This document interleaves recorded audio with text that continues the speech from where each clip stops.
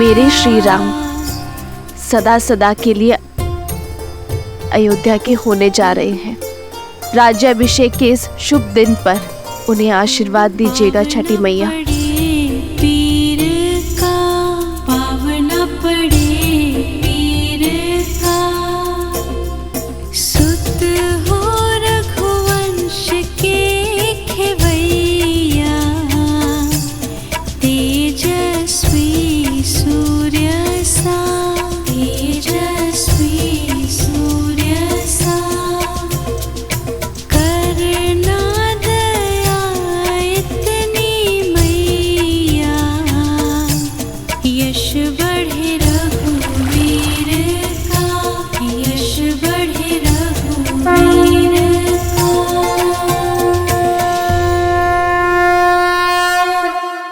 आओ राम, तुम्हारे लिए कलेवा परोस दिया है। तुम्हारा प्रिय दही भात और राजभोग सब है, ग्रहण करो।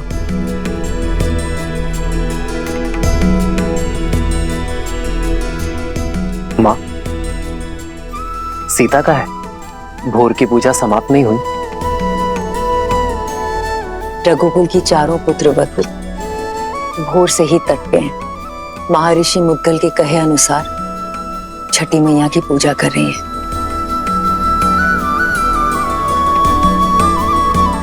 कल तुम्हारा राज्याभिषेक है राम। कल के पश्चात बहुत से कर्तव्य, बहुत से दायित्व निभाने हैं तुम्हें।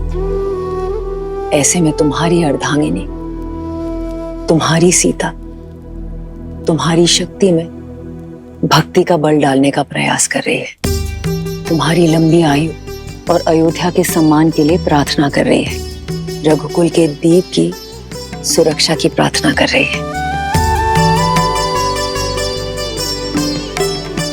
तब तो समय लगेगा माँ। कुछ खाया उन चारों ने? कहाँ?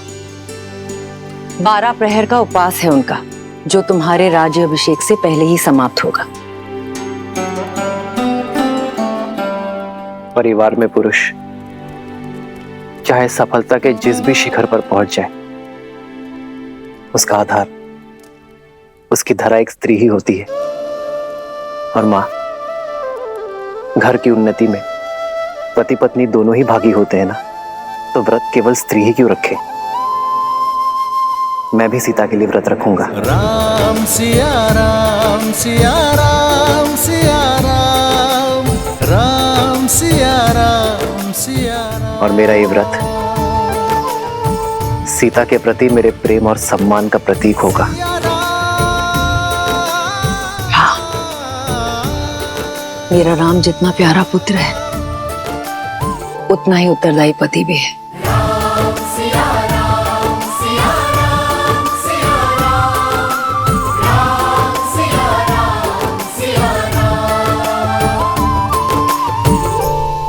प्रणाम ऋषिवर। कल सुबह सूर्य की पहली किरण के साथ ही श्री राम का राज्याभिषेक होगा और श्री राम जैसा धर्मात्मा राजा पाकर ये धरा धन्य हो जाएगी।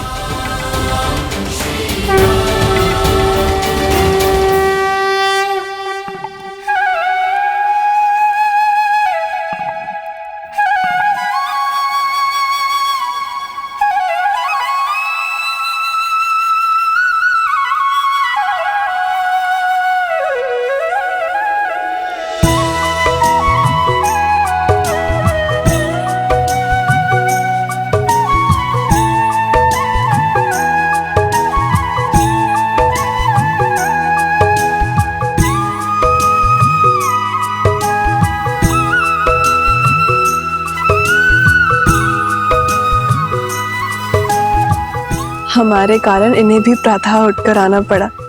बेचारे, लगता है अभी भी मीठी निद्रा के स्वप्न देख रहे हैं।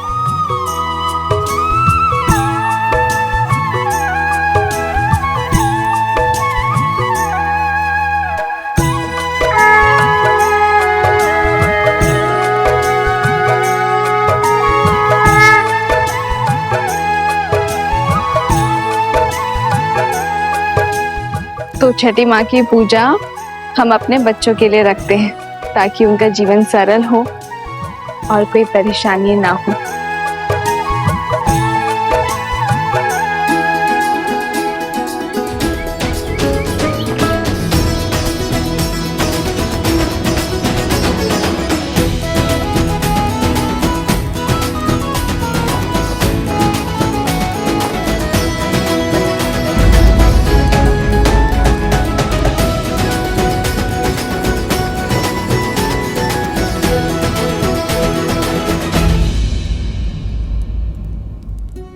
पिछले 14 वर्ष से हमें जिस दिन का इंतजार था, तुम उसका भाग नहीं बनना चाहती हो।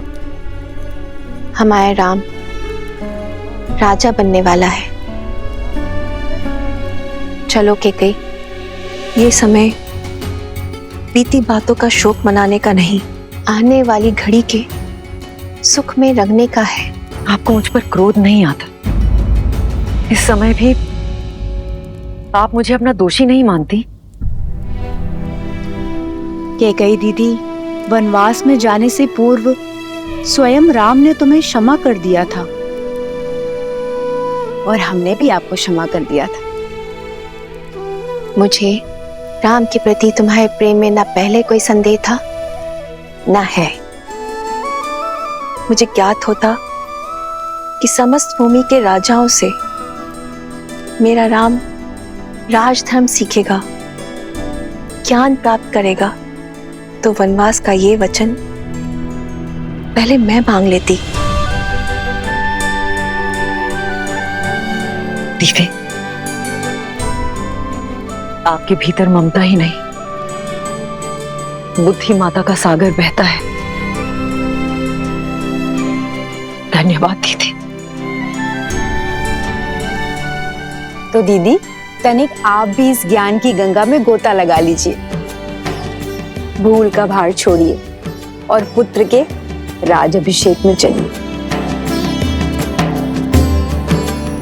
सियावर रामचंद्र की, सियावर रामचंद्र की, सियावर रामचंद्र की, सियावर रामचंद्र की।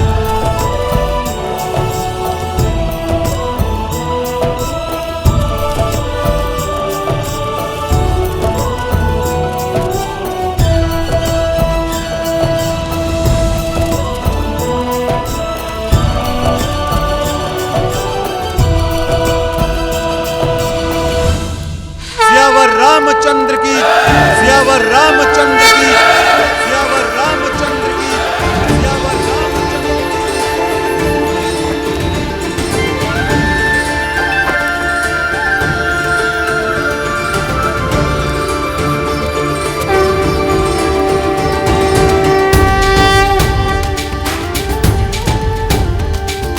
श्री रामचंद्र कृपालु भजु मन हरण भव भय दारुणम्। श्री रामचंद्र कृपालु भजु मन हरण भव भय दारुणम्।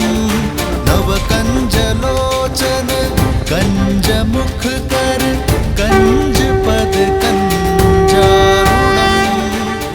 और हम राजगुरु वशिष्ठ के आने तक अयोध्या को तनिक और प्रतीक्षा करनी होगी।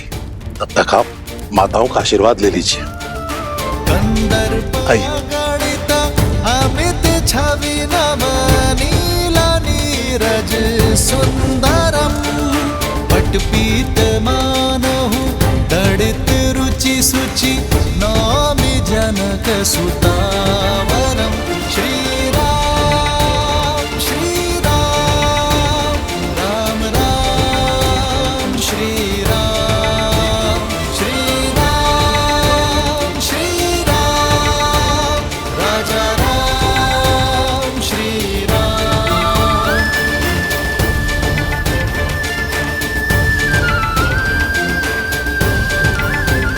श्री राम श्री राम, राम राम श्री राम।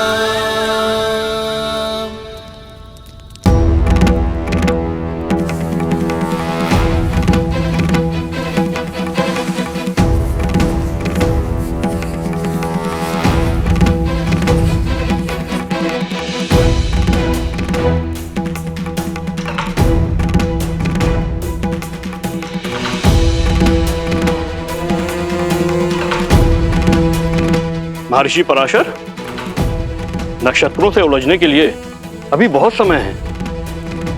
राज्याभिषेक में आपकी प्रतीक्षा हो रही है ऋषिवर।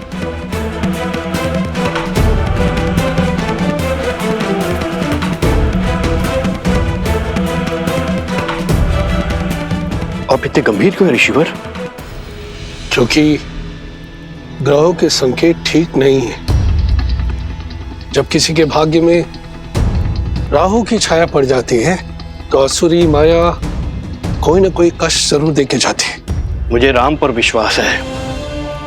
यदि भाग्य में संघर्षों का भंवर है तो वो भी स्वीकार है, और मुझे विश्वास है कि अयोध्या के नए राजा इस भंवर से भी अवश्य पार होंगे। एक राजा के जीवन का संघर्ष उसकी संपूर्ण प्रजा को भोगना पड़ता है।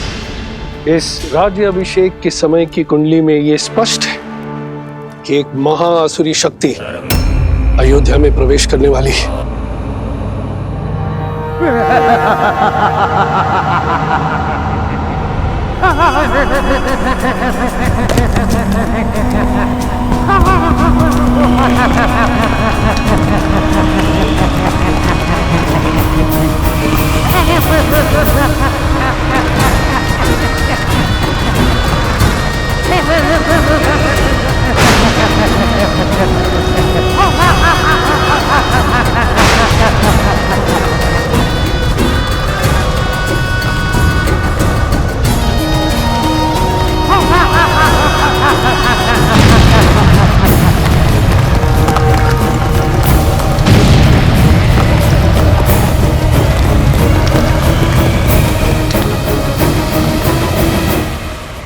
देवता सदा अयोध्या के आगे ढाल बनकर खड़े होते आए हैं ऋषिवर।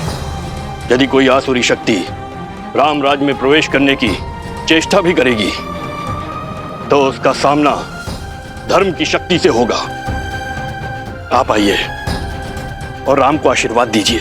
शुभ घड़ी में कुछ ही समय शेष है। आशा करता हूं कि इस बार भी आपके विश्वास की जय हो।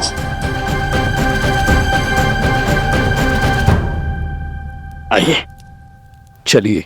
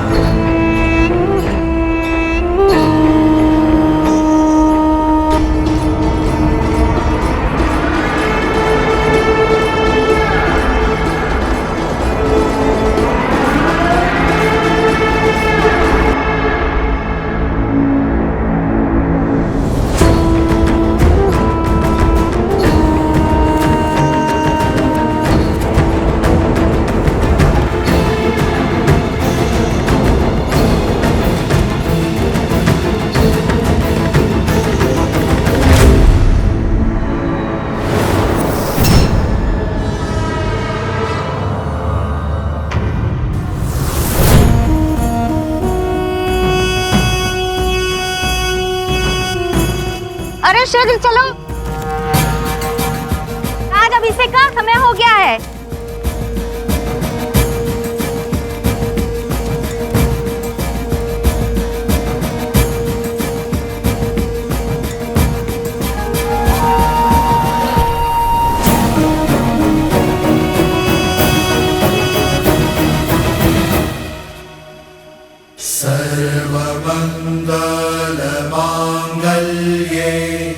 शिवे सर्वार्थ साधिके शरण्ये त्र्यंबके गौरी नारायणी नमोस्तुते। माता, जीवन के पग पग पर आपने महादेव का साथ दिया है। आशीर्वाद दे कि वैसे ही मैं भी सदा अपने श्री राम का साथ दे सकूं। सुख दुख की हर घड़ी में मैं राजा राम की पत्नी के रूप में सभी दायित्व निभा सकूं।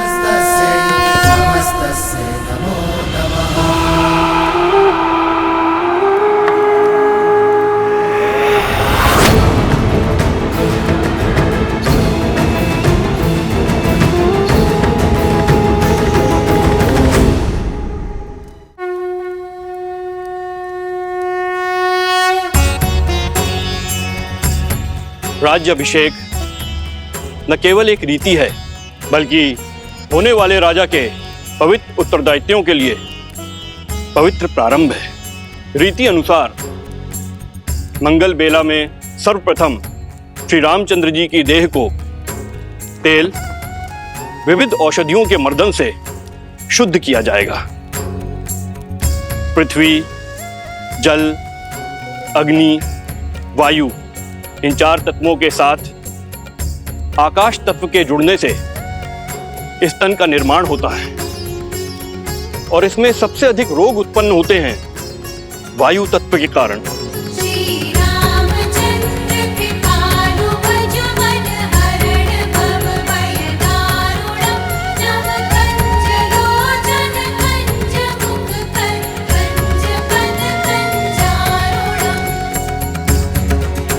वायु न केवल चलने या कार्य करने की शक्ति है, बल्कि मन में उत्पन्न होने वाले विचारों की अभिव्यक्ति भी है।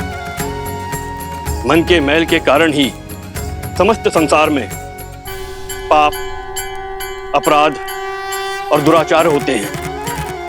अतः मंत्रों से मन को बांधकर एवं तेल के मर्दन से वायु तत्व को शांत किया जाता है। पश्चात यह मन स्वच्छ हो जाता है और जिस राजा का मन स्वच्छ हो वह धैर्य और सहनशीलता का पर्याय होता है।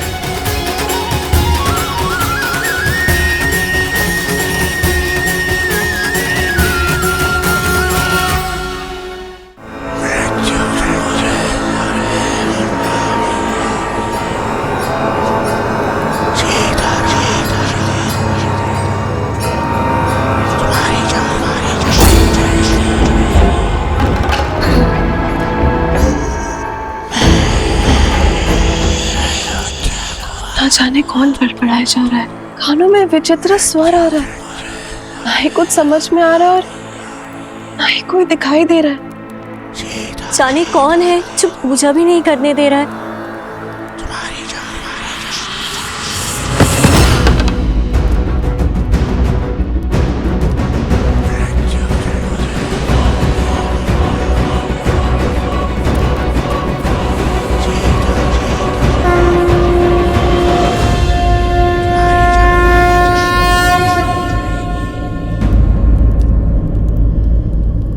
क्या हुआ उर्मिला, इतनी विचलित क्यों हो तुम? दीदी, आपको ये ध्वनि नहीं सुनाई दे रही?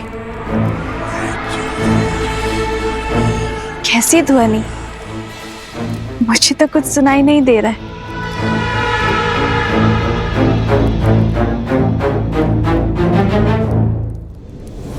क्या इसे मेरी शक्ति, मेरी उपस्थिति का आभास तक नहीं है? क्या कोई हो सकता है इस संसार में जो सहस्त्रमुख रावण की शक्तियों से प्रभावित ही न हो?